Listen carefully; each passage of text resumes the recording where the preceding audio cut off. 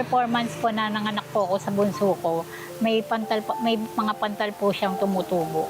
Sa mukha po, habang tumatagal po, dumadami na siya ng dumadami. Tsaka talagang namamagana po yung mukha ko. Hindi basta-basta mga pantal at sugat na tumubo sa balat ni Yvette.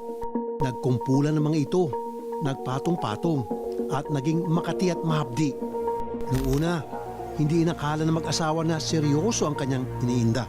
Inaanoan ko lang po ng maligamgam na tubig po. Dinadampian lang po sa bimpo para po mawala ang kate.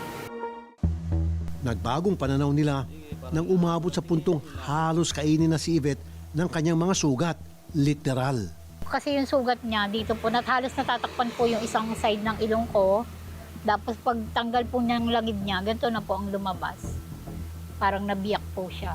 Yun po yung talagang di ko na po kaya kasi sobrang magana po yung mukha ko. Kaya nagpadala na po ko sa ospital.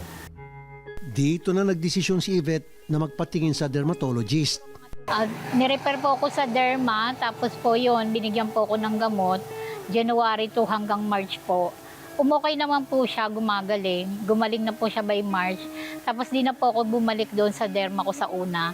Pagdating po ng mga April, May, ayan na naman po, bumabalik na naman po yung mga sugat. May pantal na naman po, nangingitim na naman siya. Hanggang sa ngayon po, ayan, ganyan po siya. Nagaling, nabalik, paulit-ulit lang po.